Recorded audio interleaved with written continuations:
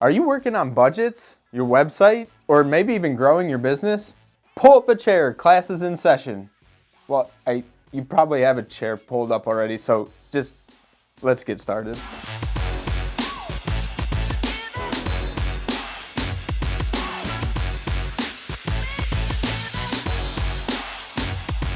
What's up, fellow marketers? I'm Chris Kapelski, and welcome back to another special Q&A edition of Marketing Tip Monday. First I got to start off by saying thanks a ton for supporting this new series. You guys have been great, asking your questions in the comments, sending questions into us. It's made the series awesome.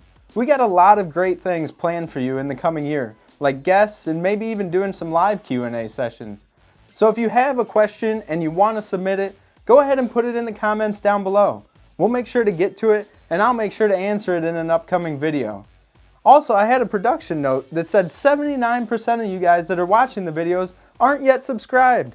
Knock that out of the park and get it done right now. Just hit the subscribe button down below and you'll get to see all the questions coming up in the future. But now, let's get started. The first question was sent to me via email. It said, Chris, we recently received a letter in the mail from Domain Registry asking us to renew our domain name. It confused me because I thought our website company was handling this. What is this letter? Do I need to pay it? That's a great question. And actually, hold that thought a second. Let me go grab something.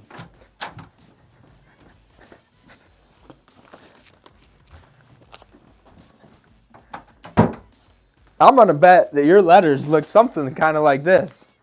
We get a ton of these things all the time, even as a website company. And we register a lot of domain names. And what's happening is this company is a scam company. They're a fake company that was created to send people these letters and try to get you to pay more for your domain name than you have to. The truth is, you shouldn't pay them. Don't pay them anything. If you have a website company handling your domain name, that's fine. But don't pay the letter. In fact, throw them away. We keep a whole bunch of them around in a folder labeled bills, ironically, to see how many we get over the year. So it's kind of a fun thing for us. But for you, you're better to just probably throw them away. One other thing I want to address from your question is that you mentioned your website company handles it for you. That can be really great because it's a hands-off approach and it helps you know that things are getting taken care of. In this particular case, you said they even took care of it for you. But there can be some issues with that, and I just want to warn you about them. So, owning your own domain is critical. If you don't have access to go and get to your domain name at any given time, there's a lot of bad things that can happen. So you should make sure that whether it's GoDaddy or Name.com or wherever your domain's registered, that you as the business owner have direct access to that. A website company may also have access to that, but don't let it be in a website company's account.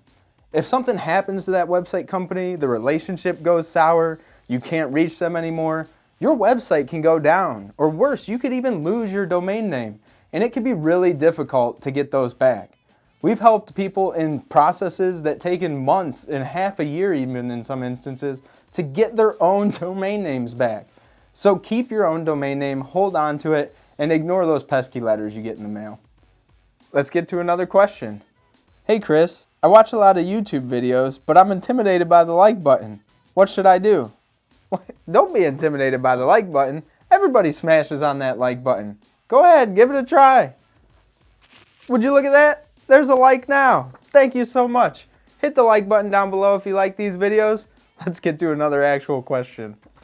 The next question came in from our most recent YouTube video. How do you figure out how much to budget for marketing each year? That's an awesome question, and budget's one of the most important things that you can consider in your business as a business owner. Now, I put in the question answer initially, there's a lot of people that'll say, think about your gross sales, and your marketing budget should ultimately be a percentage of that. If you're a new business, it's like 10 to 20%. If you're a business that's been around for 5 years or more, it's something more like 5 to 15%. And that's a great method to use. But the problem with that is it sort of gives you a baseline.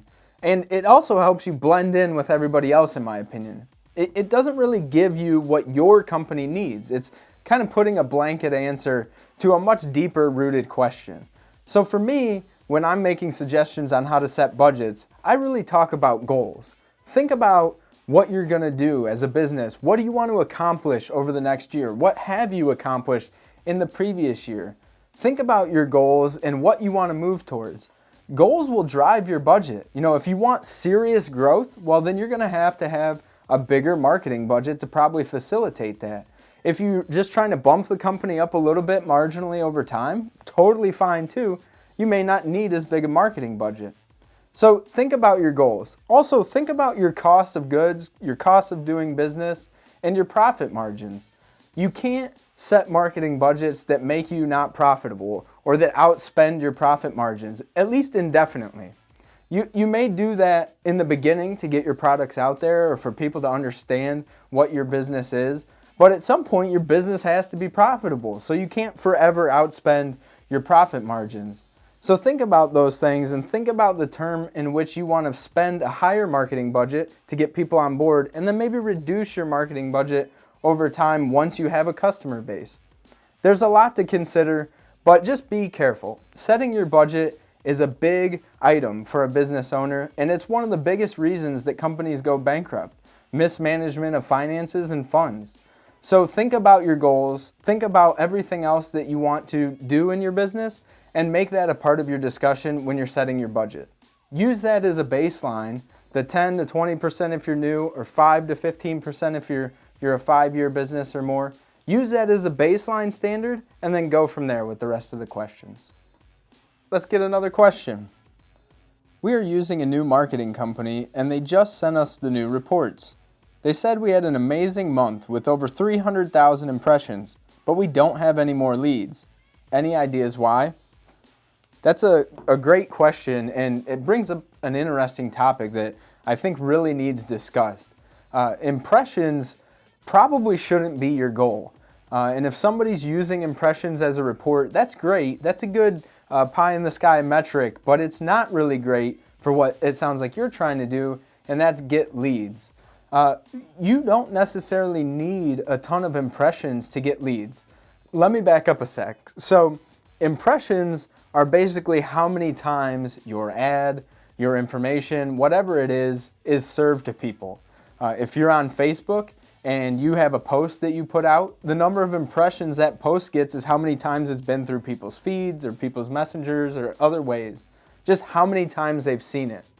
Just because they've seen that doesn't mean anything. They may have scrolled through at light speed on Facebook and they didn't interact with it at all. That counts as an impression, but really it was nothing to you. So think about that when you're thinking about impressions. More importantly, conversion rates should be discussed, and you should even talk about how many leads you want to get and set that as a metric or set that as a goal. If you have 300,000 impressions and 0 leads, it sounds like it should have been targeted maybe somewhere else. If you were on Facebook, maybe it should have been a different platform. If it was an ad, maybe it should have been written differently because people weren't really interacting with it. So the interaction that people have, the click-through rates and all that are much more important than impressions. So if the report says stuff, if it says deeper information, take a look at that as well and try not to focus on impressions because they don't really mean a lot. From there, if you can get higher click-through rates, if you can get people interacting with your ads, that's typically where you'll see the leads come in. Whether it's phone calls, people clicking through to your website and submitting a contact form, whatever it is, if you can get clicks, if you can get actual ad interaction, that's what you're after, not impressions. So look for those statistics and count on those more than your impression count. The next question came from a recent meeting I had. Our website was built about 4 years ago, and we haven't really updated it since. Should we? How often should we update our website? It's a great question, and a lot of people ask, so I wanted to share an answer with you guys today. If your website is a critical component of your strategy, then you absolutely should be updating it regularly. In fact, I made a video recently called Do I Really Need a Website? That talks all about whether or not you should or shouldn't be using a website. Think about your business. If you haven't updated your website in 4 years, why is that? Is it not important to you? Are there other things that are more important? Are you using it? Are you not using it? Think about whether or not you're truly using your website. If it's just another piece of clutter about your business out on the internet, then you probably don't need it. But if it's not, and it's a pivotal point of your marketing strategy, you absolutely should use it, and you should absolutely update it on a regular basis. There's a few reasons, and I'll share them with you now. First and foremost is security.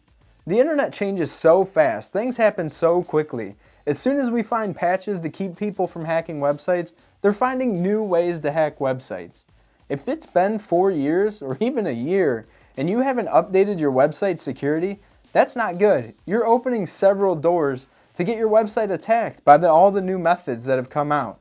So pay attention to what's going on and update your website regularly. My recommendation is about every month. You should be doing some sort of security updates and maintenance on your website just to make sure it stays safe for people to use. The second thing I really want to talk about is bad user experience. If you don't update your website regularly, you're not giving your customers that are going there a great user experience.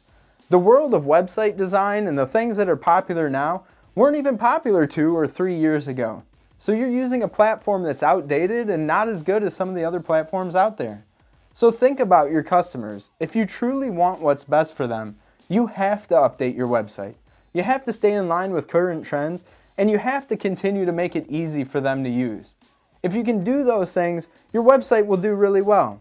But ultimately, to answer the question, absolutely. If you have a website and you're using it, make sure you update it regularly. That's all the time I have for questions today. Thank you for submitting your questions. If you have a question, don't forget to submit it in the comments down below. And remember, don't be intimidated by that like button. If you like this video and you like the questions, go ahead and hit it. And thanks for whoever sent that one. I'm going to keep it right there. If you like these videos, go ahead and watch the playlist of the rest of the question and answer videos. And thanks again for coming for this Marketing Tip Monday. I look forward to seeing you all on the next Marketing Tip Monday. We'll see ya.